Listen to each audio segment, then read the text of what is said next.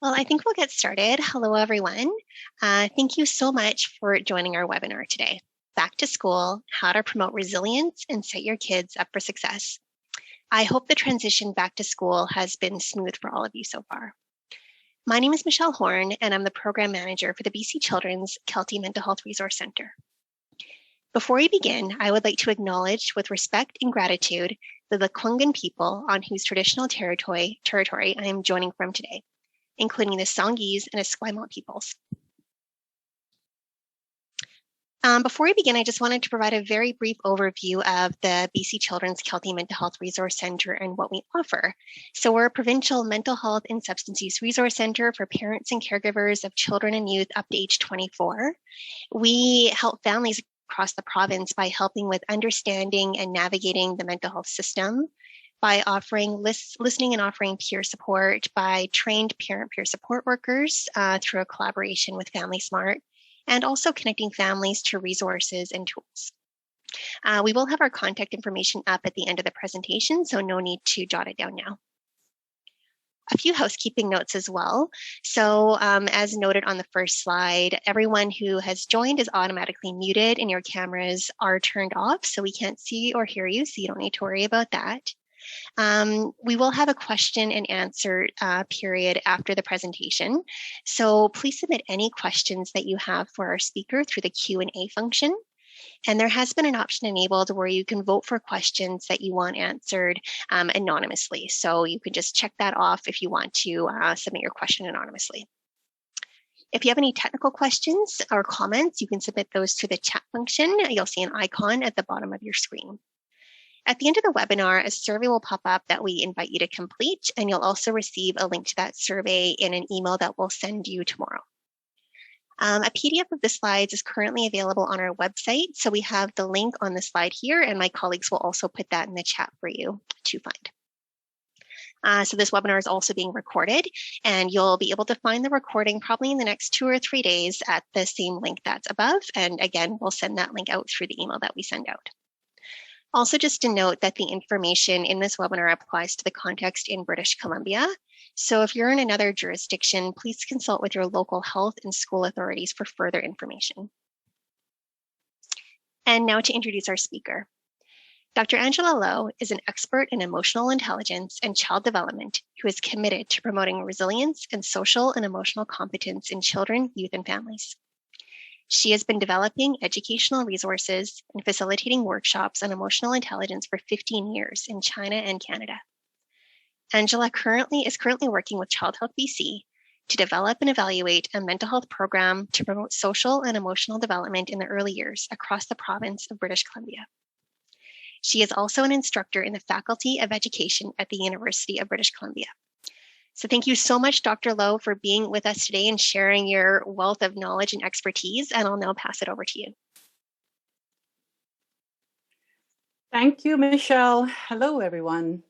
I'm joining you today from my home on the unceded traditional and ancestral territories of the Coast Salish people. I have been so grateful to be on these lands that belong to the Squamish, the Musqueam, and the Tsleil-Waututh peoples. So welcome to the workshop. And I just wanted to tell you a little bit more about myself before the background of this workshop and my content before we start. And so what I do is I work in the field of emotional intelligence, and I've been doing this for 2 decades. And basically, there's a core idea there that I think is also super relevant for our workshop today. And the core idea of emotional intelligence is that emotions are at the heart of everything that we do. And it's important to recognize and understand and manage them in ourselves and others for to have success and well-being in life. And I am also working in the field of child development, and this is where I do a lot of my research. And the understanding or the big idea here is that children are not half adults, but they are full kids, that they have capabilities and needs that are specific to their stage of development.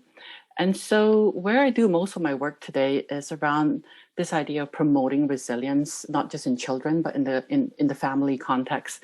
And really what this is really kind of the learning and the the using of these intentional strategies that help build skills and assets that are proven to improve well-being.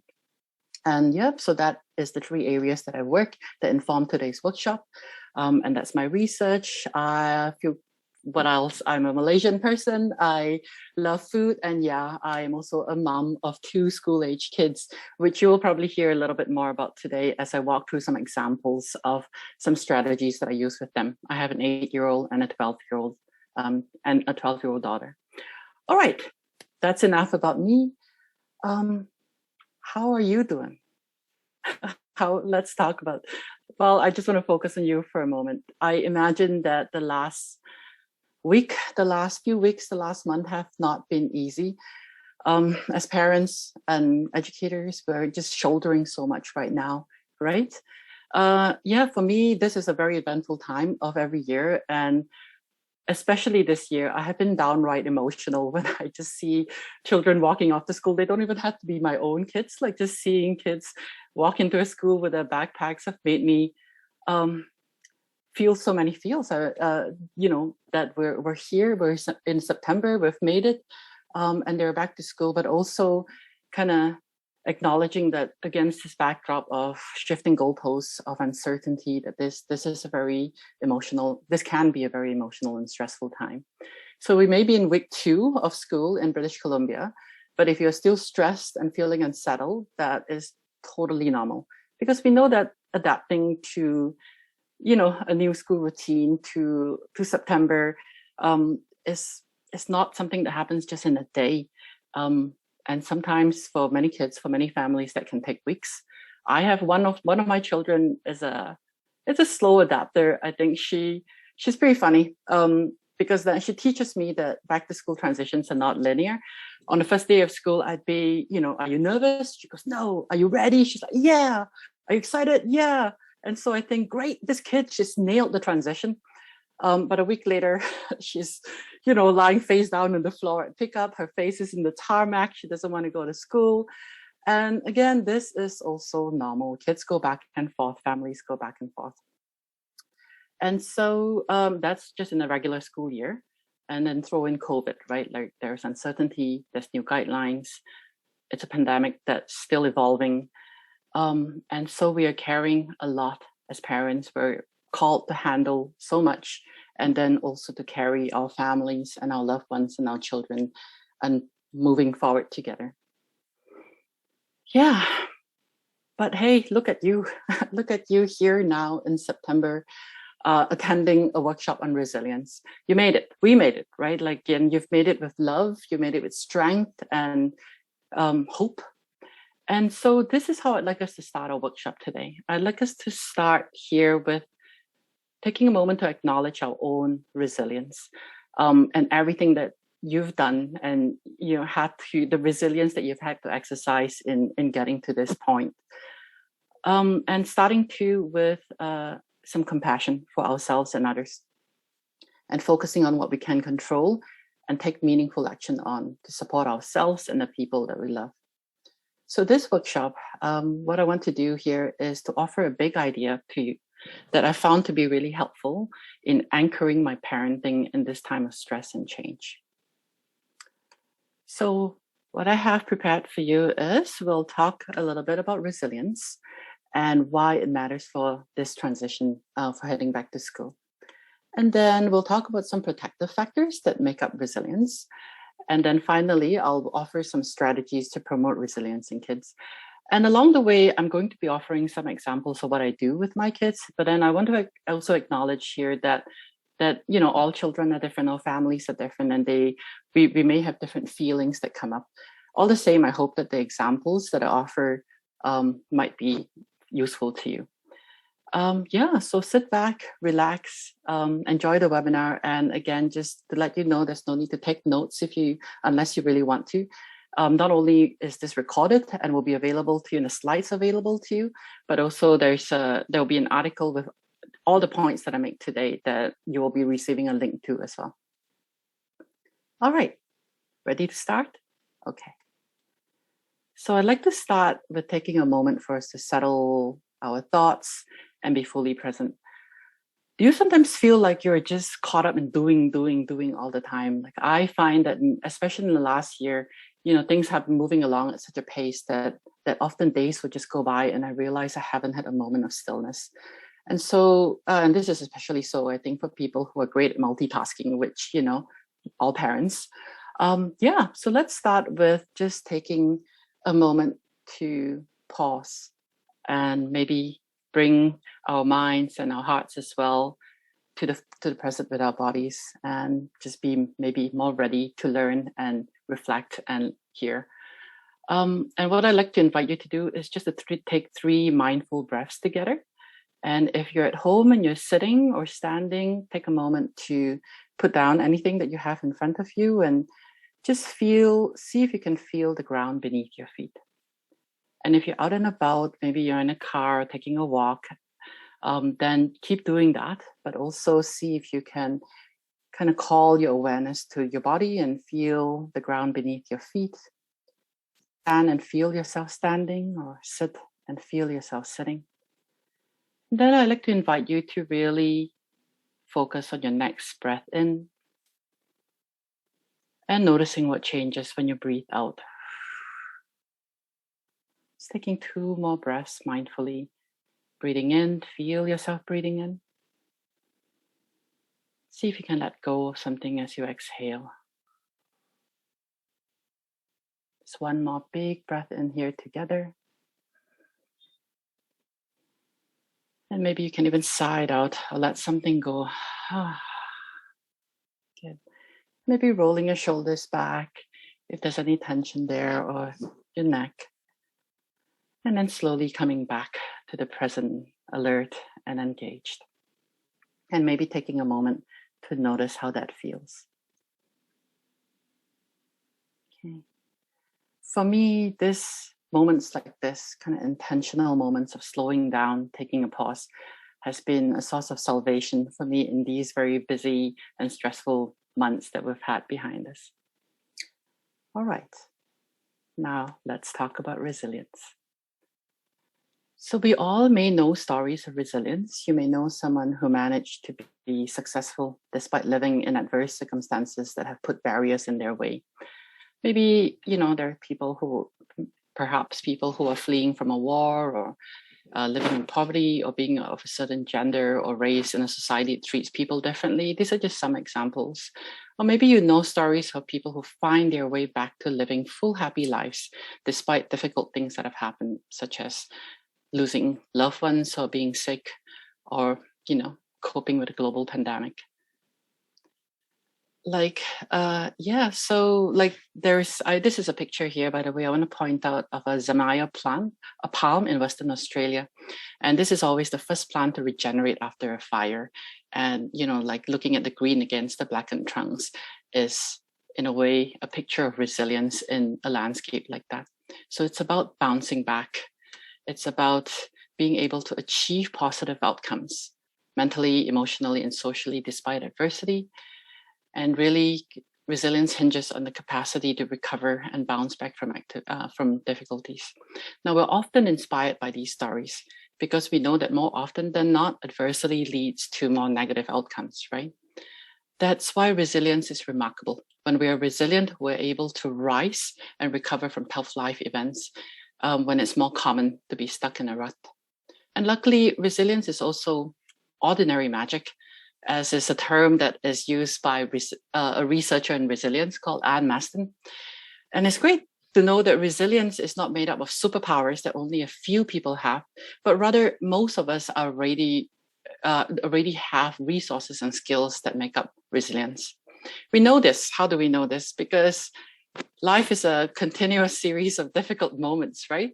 I know this sounds dramatic and terrible, but you know what I mean? Like, along with the good moments in life, we are constantly experiencing challenging moments, from learning to walk, to falling off a bike, to starting a new school, to moving house, to losing jobs, relationships, and then having to start all over again. And of course, now to be coping with the global pandemic. Now, this context of heading back to school and during a pandemic may be new, but the stress of navigating change and loss is probably familiar to many of us. Stress is not always bad, and it can be helpful for pushing us towards becoming stronger and braver and being more creative problem solvers. However, when stress and challenges overwhelm and affect our ability to function, they do become a problem. So that's why it's helpful and important to work on growing resilience so that we can cope with different or bigger challenges that happen to come our way. So a helpful way to think about resilience is as a balance between the challenges that we face, what researchers call risk factors, and the resources that we have to cope with them that are called protective factors. Now, if life is fairly easy and you're quite light on those risk factors, then we don't need a lot to be resilient. But when things are tough, when things happen that challenge us and brings difficulties, then the more protective factors we have, the more likely we will be able to cope and bounce back. All right, so what are these protective factors? Well, maybe you tell me, because we're all resilient already, right? So let's take stock. I'd like you to take a moment to reflect on what makes up your resilience. Like, what are some things that you have in your life or some skills and qualities that has helped you get through the tough times and bounce back? And maybe I'll give you, 10 or 20 seconds to think about this, and perhaps we can hear from some of you in the chat. Only I can see the comments that you place in the chat, so I'll have a look and see if there are any thoughts that you have. What are some of the protective factors you have? What are some things that make you resilient? Thank you. So good friends and supportive family. Yeah, I totally resonate with that. And relationships are so important. Supportive partner. Determination, yes.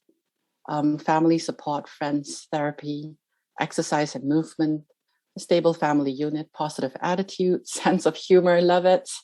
Self-care, making time for exercise. Oh, I feel that you can come and do this workshop. Yes, thank you.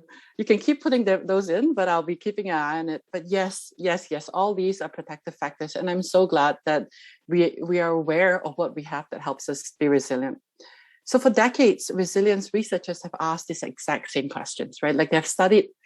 So what resilience researchers do is they identify individuals who have managed to do well in adverse circumstances where the expectation is that there'll be negative outcomes. But they focus on these people, these children, because we're looking at childhood resilience, that manage to do well and even manage to thrive despite huge adversity that are in their way. And so what they found was these highly resilient kids have a set of factors in common that allow them to have better outcomes than many others in this situation. And now this list of factors, so they've identified these factors, and the list is really quite long. And you can find them. You can do a Google, and I can provide some resources as well on what this list of factors might be. But I want to highlight that there are some main themes that keep showing up again and again in this research resilience. So what they find is that resilient children or people, they have, as many of you have identified, caring, supportive relationships. They believe that they can rely on at least one other person to care for them and support them. Now, this is not surprising, right? Like, I feel this to have really emerged as something so true in the last year for me, because we all hold up better when we know that someone has our back, when we know that someone will be there to catch us when we fall. The other factor that shows up is resilient children are often part of a community. They feel that they belong somewhere and they have a sense of being connected to others and being valued by others. And so these are the external factors that can really lend to resilience. And there's also a set of internal factors, like some of you have pointed that out as well. A sense of positivity, a sense of humor, persistence, yeah. And so the internal factors, the two main things that show up is robust and strong social and emotional skills. Children who are resilient are aware of how they feel and how others feel, and they're usually able to manage their feelings and behavior. And resilient people also have a sense of mastery. And what this means is that they believe that they are competent and they trust in themselves that they possess the skills and abilities to get through difficulties, even though a challenge or a difficulty might be new, but there is a sense of a mastery or and agency that they have. Does this feel true to you as you listen to these factors? They certainly align with a lot of the factors that you're putting on the chat. Yeah, so as children are still early in the stages on the journey of growing their resilience, adults can really play a very big and important role in this journey. As they're adults, we can make a big difference with our intentional efforts to promote their resilience. And so I really wanted to highlight resilience today because I think that as a parent, in my experience as a parent and an educator that works with teachers, I found that focusing on resilience is very helpful for setting kids up for a successful transition back to school. I like it because it's a strength-based approach. It invites us to focus on what we have and can work on rather than what is lacking and that we can't control. And when we understand resilience, we can be proactive about building up the resilience in preparation for any tough times ahead, right? So as a parent, thinking about resilience really helps to simplify my parenting at this time. Because you know, the way you always feel like as a parent, there's so much that you should be doing. You should be, you know, should we be working in their math or, you know, like, or playing Lego? Should we have more play dates with friends or should we have more family time? Should we be in? Should we be out? And so focusing on resilience helps me prioritize my thinking. And really what I'm thinking is, how will they need to be resilient when they go back to school?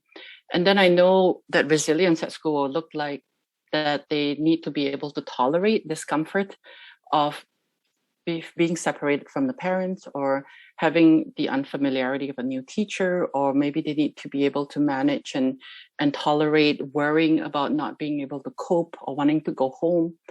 And then that they can manage those feelings and discomfort enough to be engaged with activities and with the other people around them, and to be able to learn and find enjoyment in new things. So this is the goal. This is how I need them to be resilient at school. So then I think, what can I do to strengthen these factors that can help them succeed like this? And so the good news is, as you have seen just now, resilience is made up of ordinary magic.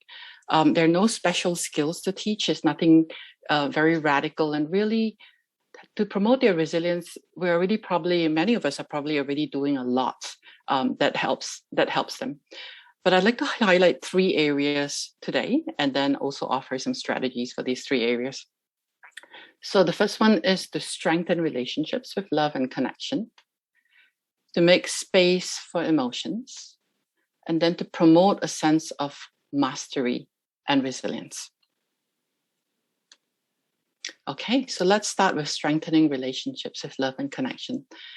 This is one of my favorite quotes. Every child needs at least one adult who is irrationally crazy about them. And that's a quote by Yuri Bronfenbrenner. Loving relationships are like the solid ground that kids stand on and draw energy from and resources from as they reach for the sky. As human beings, we're wired for connection, and we are nourished by the relationships in our lives. And this is especially so for children. So just pointing to some research, like decades of research in child development have shown that the most important ingredient for children's well-being and resilience is feeling loved and supported by at least one caring adult. Feeling loved brings a stable sense of security and connection to you that enables them to go out into the world and cope with adversity. So it's what keeps them feeling secure even when you are apart. So if there's only one thing that you take away from today, if you only do one thing in this moment, it is I would suggest a focus on love and connection. And so here are some ideas that I have for strengthening connections and really bolstering this feeling of security. The first is to fill children up with acts that assure them of your unconditional love, unbreakable connection. And this could be anything. It will look different from family to family, but it could be love expressed in words. You could say them, you could write them in notes and put them in their lunch boxes. Maybe they don't even need words. Maybe it's more hugs. Maybe it's just being there together, is just sitting together, or joining them in what they love to do, letting them lead the play or a moment of interaction. And, if we're really busy as we are, maybe even scheduling in moments where you can be fully present with them. For me, what has looked like in the last few weeks is, yeah, my kids like being in the car and taking drives. So we've done that a lot. I've sat down and listened to more than I ever want to know about Pokemon. I have watched also a lot of TikTok videos with my older one, and that seems to kind of relax her. And she also loves having me there to talk about these things that show up. And I have watched Pitch Perfect about 10 times. But I see how this fills their bucket.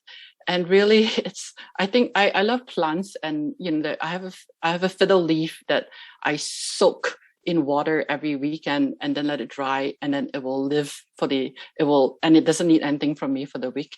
And I think of these moments like that, like soaking them with love so that they can carry it with them as they go out into the world. Yeah. So here's another question. What do you do that intentionally feeds this emotional bond between you and your child? What are some things that you do that is all about, this feeding and nourishing this connection, and doesn't really have to be about anything else? Do you want to put some in the chat? Yeah, having chats at dinner, reading together, roses and thorns at dinner time. Yeah, just debriefing the day. Hugs, hugs, hugs, hugs. Me too. I love the hugs. I feel like the last year has made me have a real appreciation, bigger appreciation for the hugs. Eating together, surfing together, lovely. Yeah, so you can keep Legends of Zelda together. Yeah, so keep putting them in if you like. And yes, acts like this, are like food for their hearts. So when they are full, like as we are, when we are full, we are much better able to cope with challenges that come our way. The next one I'd like to share is connecting before you direct. And this is an idea from Gabor Mate and Gordon Neufeld. And the idea here is that after an absence, like such as when they get home from school, resist the urge to direct them to do tasks right away. Like if I'm not mindful, what I like to do is when they come in the door, I'm like, take off your shoes, put away your shoes, hang up a jacket, put away your lunch bag. But resisting that and instead doing something that nourishes the connection with them, that helps them feel seen and valued for who they are first. So for me, this is, like definitely the hugs, and then maybe getting down on their level, checking in with their day, enjoying a snack with them, and then put away your lunch bag, hang up your jacket. So it's just having that bit of connection and prioritizing the connection after an absence. And don't forget that the relationships at school are also part of their resilience. So reminding your children that they can turn to other adults for help too, for help and care and support. And encourage your kids to reconnect with the adults in that school. So what this could look like is I think sometimes it's helpful to empower them with some social strategies. So, show your teacher that awesome rock that you found in our camping trip, or, like ask your teacher what's the best thing they ate this summer. Just giving them some starters that they can use to reconnect with the adults. And of course, it's not just the teacher, but it could also be the principal. It could also be, the secretary. Just giving them the sense that the adults there are part of a network that they can turn to for help. And then this, for many of us, right, like adults and kids, COVID has really shaken our sense of safety in the world. And we know that children can't learn if they don't feel safe. So assure them too that school is a safe place, that the adults there are really doing their best they can to look after their well-being. And then follow through with your words and let this be reflected in how you act as well as you send them off to school, even if you do have your worries, and we all do, right? We know well that kids, having this reflection is really important because we know that kids don't always believe what we say, but they are more likely to do what we do. Making see you later plans is a good one too. As kids adapt to being back to school, it could be really helpful to provide them with something to look forward to at the end of the day. And what we're doing at home is we are reading an ongoing book, for example. So reading a chapter book and then having them look forward to going, I wonder what happens next, or playing a game or a special treat. Like at the moment, we're drinking so much bubble tea because this is what they like. But just having something that they can look forward to at the end of the day. This can help farewells in the beginning of the day not feel like a negative event, because you can anchor the attention towards what's at the end. And for some kids, having an end goal like this can be very helpful if their day isn't going well. And this could become a routine that you have, that bit of reading at the end of the day, maybe. And we know routines are really important for building a sense of security, because when things are uncertain, having things that we can count on can feel really good, right? And finally, and this was also mentioned in some of your comments in the chat, debriefing the day in a fun and positive way. What I like to do is to at dinner ask my kids about a star, a thing or a person that made their day brighter today, and then a wish that they have that they didn't have today or they would like tomorrow.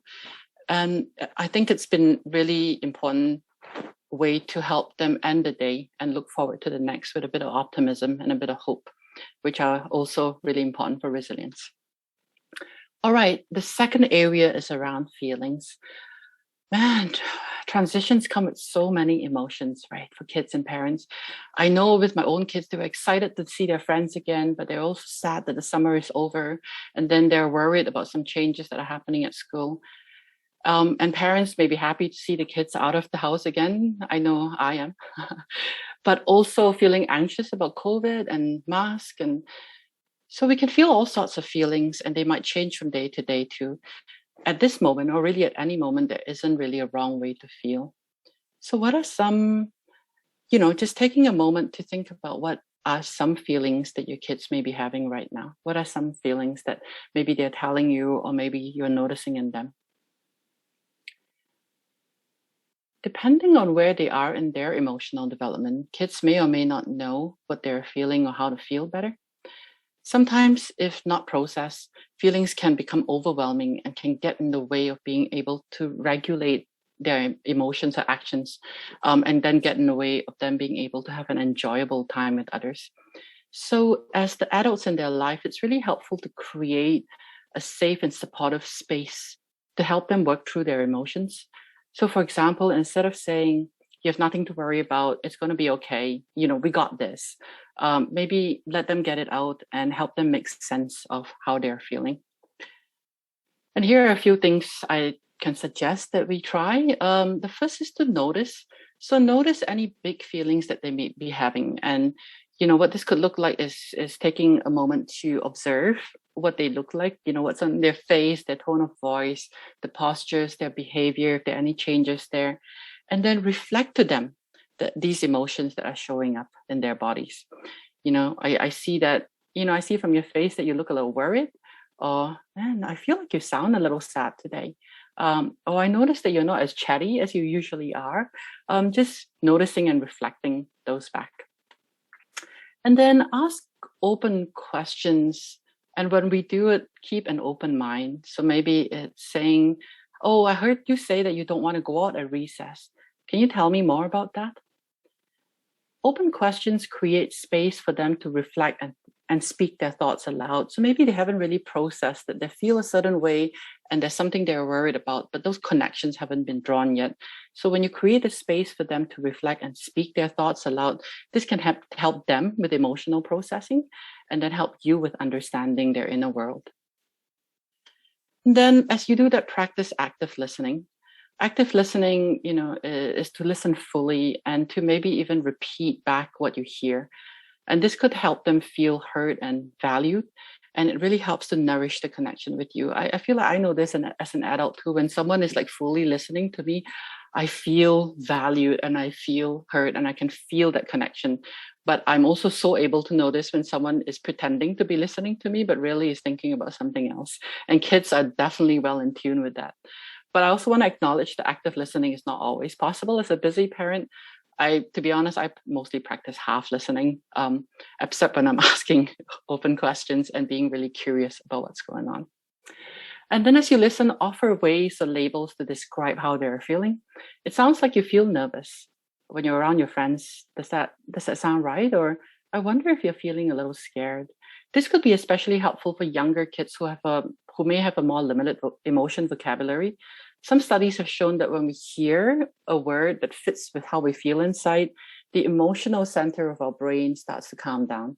So being able to recognize and name feelings is really is quite important for helping us regulate emotions.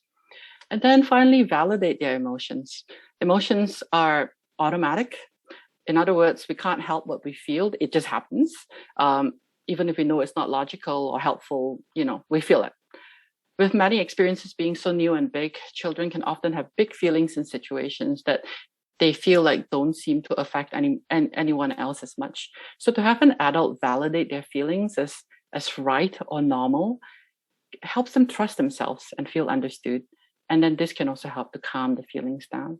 So, saying something like, of course you would feel a little worried. I mean, this is a tough time. Or you know what, if it was me, I would be feeling this way too. And finally, I want to highlight promoting a sense of mastery. Feelings can be very big and scary, but when we're thinking about building resilience, then we know it's not about taking away their suffering, but in helping to build this sense that they got this, they can do this. Oh, sorry. Yeah, I just skipped the slide there. I'm really sorry. I'm going to come back to it. But yeah, before I do that, I just want to also highlight that being able to sit with uncomfortable emotions without shutting down or running away is a big piece of resilience. All right, there we go. Promoting a sense of mastery. Now, kids who are resilient have a sense of mastery or competence, right? Like we just said, they believe that they have the ability or strategies to cope with and deal with challenges, even if a situation is completely new to them or something that's more challenging than anything they've had before. They trust that they will figure it out and that they can get through it. This sense of mastery is something that adults can really help to foster intentionally. And here are some ideas I'd like to offer. The first is to help them identify situations that they're worried about. And when you've identified them together, role playing and practicing and rehearsing in advance can help to reduce worries and help them feel more able should that happens. And it's helpful to explore and walk through all possible outcomes from in the situation that they worry about, from the real to the funny. One of my daughters is terrified of losing her mask during the day and having to walk around and be the only one without a mask on. So, we've explored many different possibilities, and she has about 3 masks in her bag. She has 1 in her pocket. She has identified people she can ask masks from. She can hold a scarf up to her face. And there was even a moment where she says, and I can run into the toilet and pick some toilet paper and just wrap my face around with it, which made us laugh. And in laughing and introducing humor to it, it helped to really ease that as well. So identify situations they're worried about and really go to town when you're thinking about what possible outcomes there could be. And maybe also to know that one of the possible outcomes is a situation where you come and get them, and that's okay too. Help them figure out strategies that they can use to reassure themselves at school when they feel anxious, and provide them with these to take with them. So this could be positive self-talk reminders, which are just short sentences. I got this, I can do this. Or something that is physical as well could be really helpful. Maybe a little photo of the family in their backpack, or a photo of the pets, or small stuffy, or essential oils they can discreetly use for comfort. One of my kids have been having a lot of moments of anxiety in school, and she has like a little emergency bag where she has Band-Aids. It doesn't have to be a cut, but Band-Aids just like help her feel more secure. And then she has these seeds, jackfruit seeds, that she rubs all the time in her pocket. And then she also has an essential oil where she puts on her wrists and smells when she's feeling overwhelmed. And she has this for just having that bag with her, helps to really set her up for her day. And normalizing mistakes and worries at this time. To have a sense of mastery, we need to know that being worried and making mistakes does not mean that we have failed, but that they actually mean that we're getting better at this. So one of the ways to normalize is just to share your own worries and share your own mistakes. For example, both my kids are worried to death about awkward social situations. Like awkwardness is maybe really high up in their list of what they're terrified about. And so I told them the story of how There was a time when someone was coming in for a hug, but then I elbowed them in the face because I really wasn't ready for a hug at that time. And it was so awkward, so awkward. So I told them that, and we laughed, and we all agreed that was probably peak bad, like that was as bad as it could be. And, knowing that and being able to laugh about it again was a way to help normalize these mistakes that we're bound to make, right? So with so much being new and uncertain as we navigate through, and we will definitely make mistakes, this is a really important time for the adults in their life to model an okayness with screwing up. So we screw up, it's okay, we can laugh about it, we can move on. And then allow space for warming up slowly and slowing down. So maybe having short play dates or going slow with activities and after school programs rather than diving right in, right? Like, so letting them have little moments to dip their toes in can provide them with a chance to observe, to figure things out, and build confidence and be more equipped to cope with things that might go wrong. And then finally, empower them with actions that they can take, even if they're really small actions. One of my daughters was so anxious about knowing no one in a new class. So at the end of August, she sent an email to her teacher with a list of friends that she wanted to be with. And she didn't get an answer right away, and she never really got an answer. But doing so made her feel better. And help her be able to park this worry aside for a bit. So doing something small about a problem, even if it's a really small act, can help to reduce feelings of powerlessness and help kids feel more agency in their world.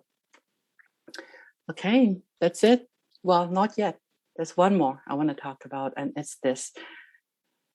Kids are naturally resilient, right? Like, if you think about it, the nature of being a kid calls for resilience. They experience much more than adults, a tremendous amount of physical growth and mental growth and cognitive growth on a daily basis. Between school and activities and their social life, kids take on and manage a lot of new experiences all the time. I mean, can you imagine navigating the world as a kid again? Like, when everything is oversized, so much bigger, and you still have to figure out how to do so much, like tying your shoelace or remembering to like zip up your bag. I get tired just thinking about properly thinking about what my kids have to do all day. So here's a moment that I'd like you to reflect on. Can you think of some of the ways that your kids have shown resilience in the last year, or even just in the last week? How they got through the many changes in their lives. So what are some skills that you've noticed that they have shown or that they have grown in? So maybe we'll hear from a couple and see.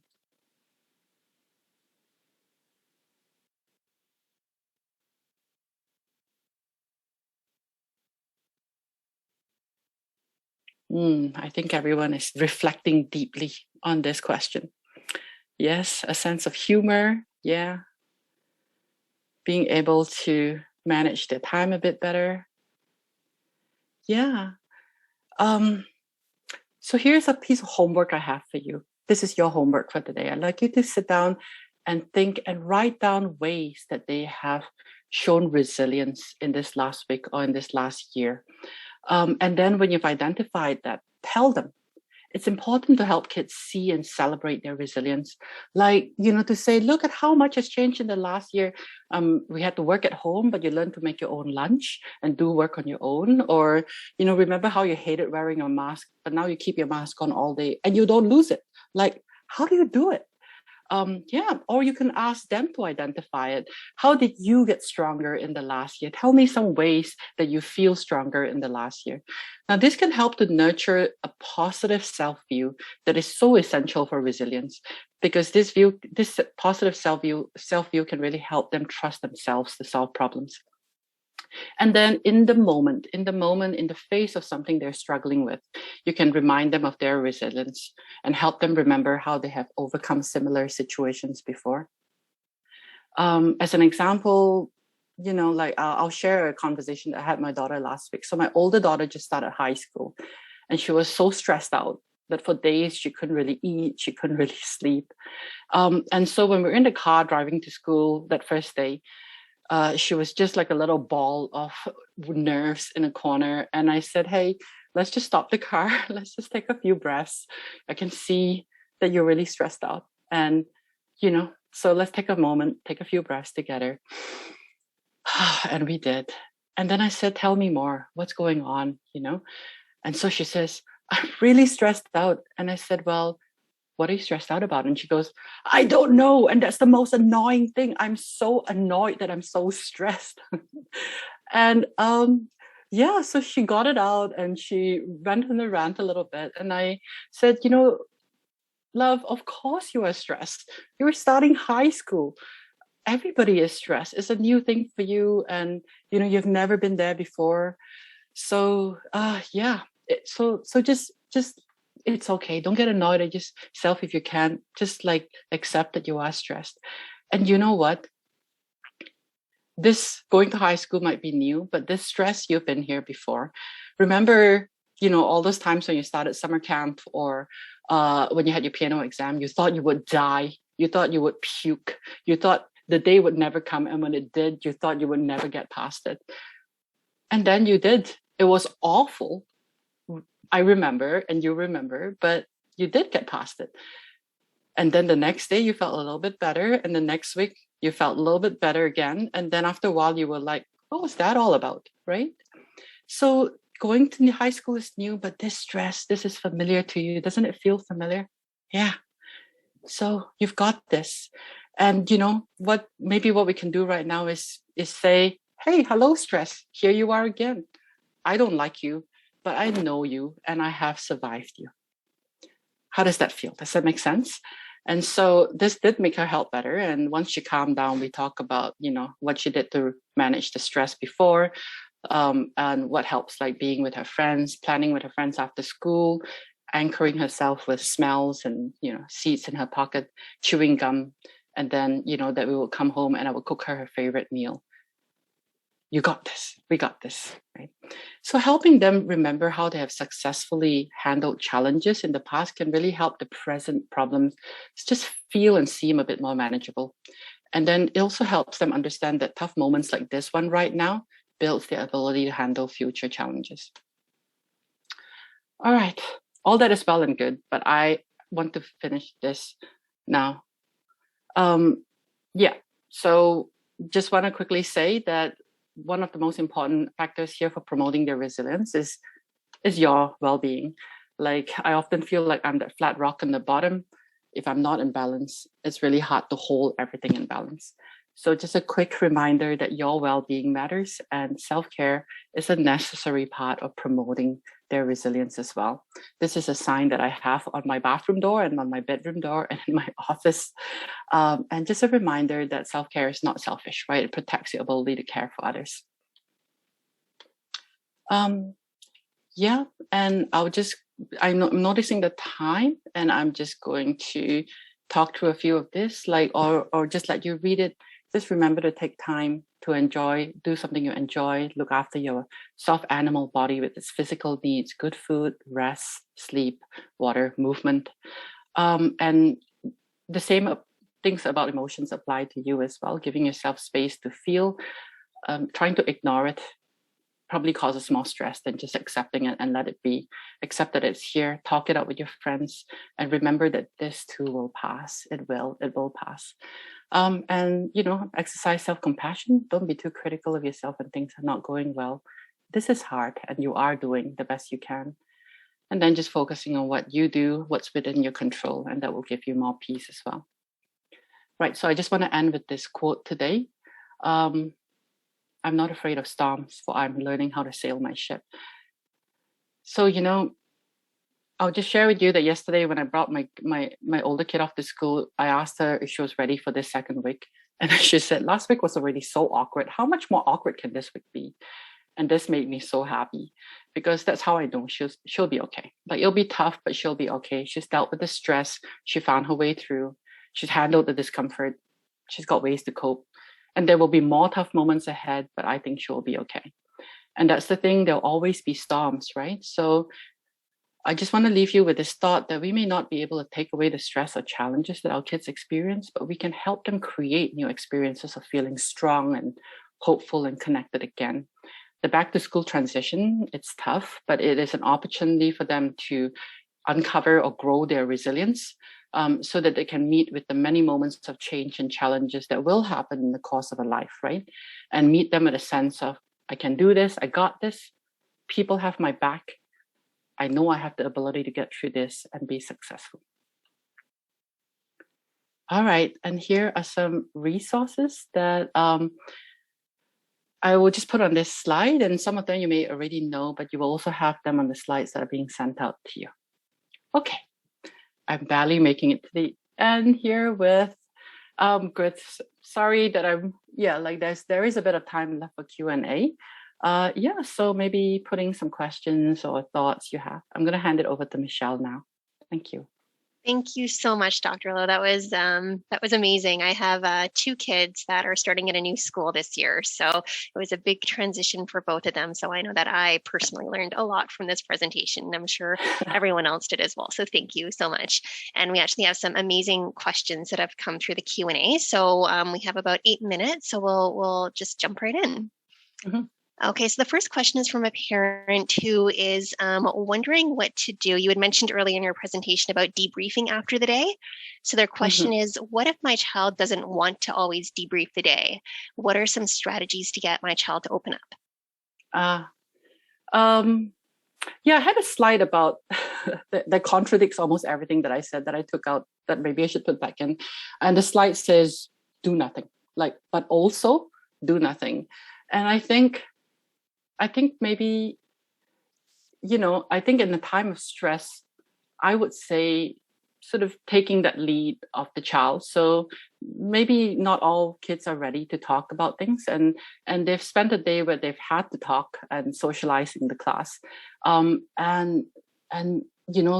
Maybe they just don't want to talk about it. And I think if we can create a space where that is also okay, when they are ready, they will want to talk about it. Like when they are ready, it may come out days after, when you're driving somewhere together, or you're walking the dog, or you mentioned something. And so not all kids are able to directly answer a question that are posed to them, especially at the end of a long day. And I think just staying curious, and keeping up with asking of those open questions, but it doesn't have to be fixed at the end of the day. I should say that the strategies that I gave, I wanted to give you a lot of strategies, but then I also know that it doesn't work for everyone. So just put them in your toolbox, and when the moment feels right, try something. Yeah, I hope that helps. Absolutely. I've noticed that as well. It'll come out 3 days later when you're doing something totally different. It's always a bit surprising. So the next question is from a parent who is asking, when you're asking your child how they're feeling, how do you avoid getting into a spiral of anxiety and them feeling their emotions more intensely? Or is that okay and part of them processing? It is part of them processing, I think. Like this happens with one of my kids where, if I create space for the emotions, it tends to go big before it calms down again. And sometimes it takes a while. But I think that part of the job, sort of looking at it in terms of building emotional skills, part of the a job that an adult can do is to help them ride out the wave. So sometimes when kids are so small, when kids are little, they may be feeling a feeling that's bigger than anything that they felt before. And they don't know that they can get to the other side. So if we're being their emotion coaches, we're helping to promote their emotional skills. And what we do is we get in the water with them and we ride out the wave with them. And yes, it may get bigger as they're realizing and they're hearing themselves speaking a little bit more, and more of it is coming up because they're going into it. But if we're able to help them ride it out and come out the other end, then it teaches their nervous system that they'll be okay. Like there is an end to this, and it does get better. And also as a parent, I have to say, you have to be ready for this. So if you're feeling stressed yourself and tired, maybe this is not the time for you to go into it. But if you've just come back, from a walk and you've had your tea, and you feel replenished, then this is the time, because it does take from us too. right? Balancing up their needs and your own is important. Absolutely. Okay, so the next question is from a parent who is saying that sometimes connecting with a kid after school can be really hard. So you're working from home, you have a meeting that you have to be in, you can't do it right away. What are some strategies to get the child to wait without them feeling rejected or that you don't care? Yeah, that happens with me too. And so I think that piece of connect before you direct, like that is one thing I turn to. I may not have an hour to sit down with them, but when they come in the door, I'm right there. I've I've cleared 10 minutes to be right there, giving them a hug, looking them in the eye, and just helping to, just re-nourishing that bond again. And then and to be honest, if they want to watch TV, if they want to do something that helps them decompress from the day, it could be reading, it could be watching something. I think that is totally okay because that's them decompressing and that's you having to finish your work. And maybe afterwards, when you're done, then make time for that. Yeah. But even having that 10 minutes in the beginning, I think that could add so much value. And that's a totally legitimate and real problem that we all have. Thank you for that question. Absolutely. So the next question is from a parent who's asking, how can we respond to our child when they feel or exhibit emotions that they themselves don't quite understand and have trouble articulating? So can you say that again, please? Yeah. How can we respond to our child when they're feeling or exhibiting emotions that they don't quite understand themselves and are having trouble articulating? Yeah, I think just being there with them, so our presence and connection can be felt. And the first, when we're feeling some big feelings, we may not be able to know what we're feeling. That's totally normal because emotional development takes place across a really long time. Even adolescents, we don't always know what we're feeling. Even as an adult, I have to say sometimes I'm so stressed out, or annoyed, irritable, but I don't really know what I'm feeling either. And I think in moments like that, do the connection piece, like just sit there, be with them. You don't even have to be talking about it, just doing something, maybe some art, maybe playing some Lego, maybe running around. And then, as they're more able to answer some questions, like, then you can maybe propose labels for feelings. I wonder if you're feeling scared, or I wonder if you're worried about this. And the other thing that's really helpful is puppets.